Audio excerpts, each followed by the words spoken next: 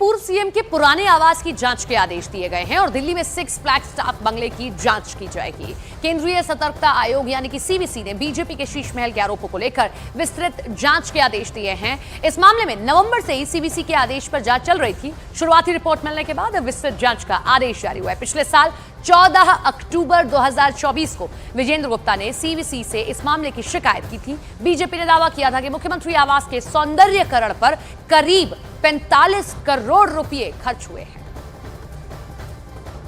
BJP विधायक विजेंद्र गुप्ता ने ही इस मामले की शिकायत की थी और उसी को लेकर अब सीवीसी जांच करेगी, जिससे शीश महल का सच सामने आएगा।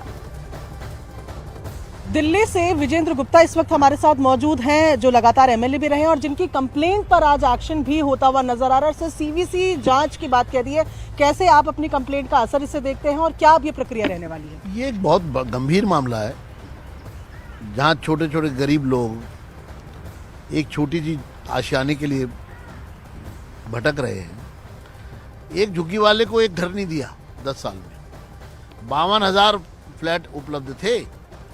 आम आदमी पार्टी बताए 10 साल में क्या एक झुग्गी बस्ती में रहने वालों को आपने एक घर दिया? और आपने शीश महल बना दिया, वो भी 50,000 गज में। सारे नियम कानून तोड़ के कट्टर भ्रष्टाचार का एक ज्वलंत उदाहरण है ये शीश महल। और इस पर जो सेंट्रल विजिलेंस कमीशन ने जो कॉग्निजेंस लिया है, मैं सेंट्रल विजिलेंस कमीशन के इस फैसले का स्वागत करता हूँ, क्योंकि 14 अक्टूबर और 21 अक्टूबर को जो मैंने पत्र लिखे थे सेंट्रल विजिलेंस कमीशन को, वो पत्र निश्चित रूप से जिस पर कार्रवाई हुई है, फैक्चुअल रिपोर्ट सीपीडब्ल्यूडी को ने तैयार की है पहले, और फैक्ट्स के आधार पर इसको इन्वेस्टिगेशन के लिए जो दिया गया है, जांच की जा रही है सीवीसी के आदेश पर, ये एक महत्वपूर्ण निर्णय है। इस पूरे मामले पर बीजेपी आम आदमी पार्टी पर हमलावर है मनजिंदर सिंह सिरसा और प्रवीण खंडेलवाल का क्या कहना है, वो भी आप सुनिए। मैं इसका स्वागत करता हूँ। चीफ विजिलेंस कमीशन ने जो किया, मैं तो आज सुनकर हैरान हुआ कि इसको 8 एकड़ में बनाया गया। बताइए यार, ये इंसान कैसा इंसान था? इतना फ्रॉड और इतना बेईमान था।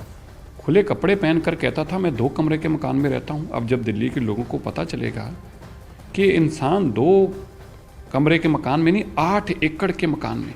देखिए, दिल्ली के लोग बहुत अरसे से इसका इंतज़ार कर रहे थे, और अब जब सीवीसी की जांच होगी तो शीश महल का सच सामने आएगा कि 4 बंगलों को जोड़ करके एक बंगला उस आदमी ने बनाया, जो आदमी आम आदमी और शुचिता की बात करके राजनीति में आया था।